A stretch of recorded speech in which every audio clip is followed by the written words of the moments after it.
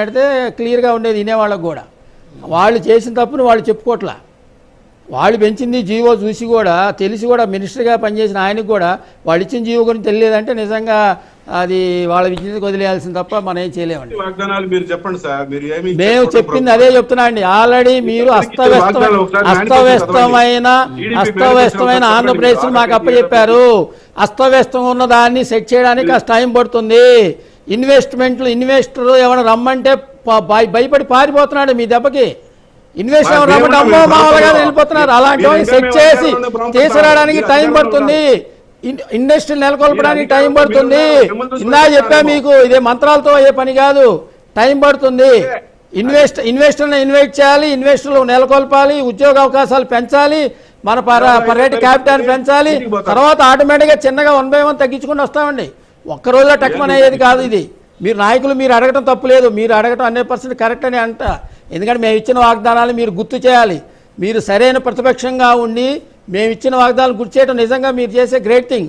కాకపోతే మీరేందంటే ఇది అసెంబ్లీకి వచ్చి చెప్పినట్టు ఇంకా బాగుండేది.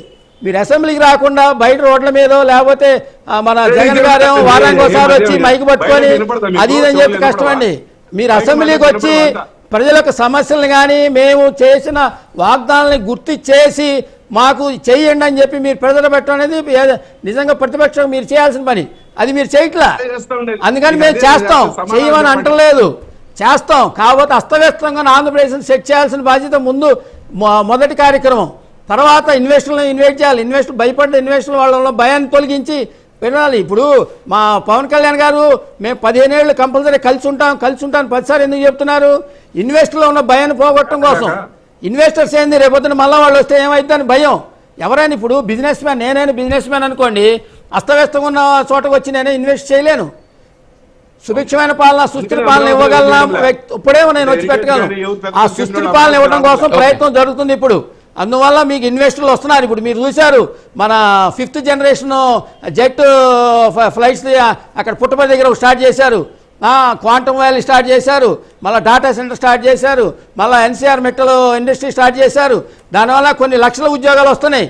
ఇది ఏంటంటే అండి ప్రాసెస్ చిన్నగా జరిగే ప్రాసెస్. ఓకే సార్, ఇప్పుడు మీరు ఏమంటారు? ఆంధ్రప్రదేశ్ రాష్ట్రం పరిస్థితి బాగలేదు అని చెప్పేసి మీరు చెప్తున్నారు. బేతంచెర్ల శ్రీనివాసరెడ్డి గారు నిన్న చంద్రబాబు నాయుడు గారు కూడా 3వ బిడ్డను కనండి, తర్వాత 4వ బిడ్డను కనండి, 30,000 ఇస్తాం 40,000 ఇస్తాం అని చెప్పి చెప్తున్న పరిస్థితి. సో అది కూడా క్రైసిస్కి కారణం అవుతుంది కదా. సరే, మనకు ఎంపీ స్థానాలు పెరుగుతాయా లేకపోతే దక్షిణాది ఉత్తరాది మధ్య పోటీ కోసం పిల్లల కన్నా పక్కన పెడితే ఆంధ్రప్రదేశ్ రాష్ట్ర భవిష్యత్తు ఏమైంది? సో వాటిని కూడా ఆలోచించాల్సినటువంటి అవసరం ఉంది కదా. ఏమండి, ఇక్కడ మీరు ఇది చంద్రబాబు నాయుడు గారు ఏం చెప్పారంటే విజన్తో చెప్తారండి. అది ఈరోజు 1 రోజు 2 రోజుల కోసం ఆలోచించు, సంవత్సరం 2 సంవత్సరం. ఆయన విజన్ 2047. ఇప్పుడు మన ఇండియాలో యూత్ ఎక్కువ ఉన్నారు. అదేనండి 2047 2020 విజన్. అడగండి, హైదరాబాద్లో మీరు చూస్తున్న హైటెక్ సిటీ ఎవరిదండి? 2020 విజన్ కదా. ఇప్పుడు ఆ హైదరాబాద్లో హైటెక్ సిటీ ఉండబట్టే హైదరాబాద్ ఇంత ఇదిగా బాగుంది. తెలీదా మీకు? సరే, ఇప్పుడు 2047 అండి, 2047 రాజు గారు. ఇక్కడ ఇప్పుడు ఏంటంటే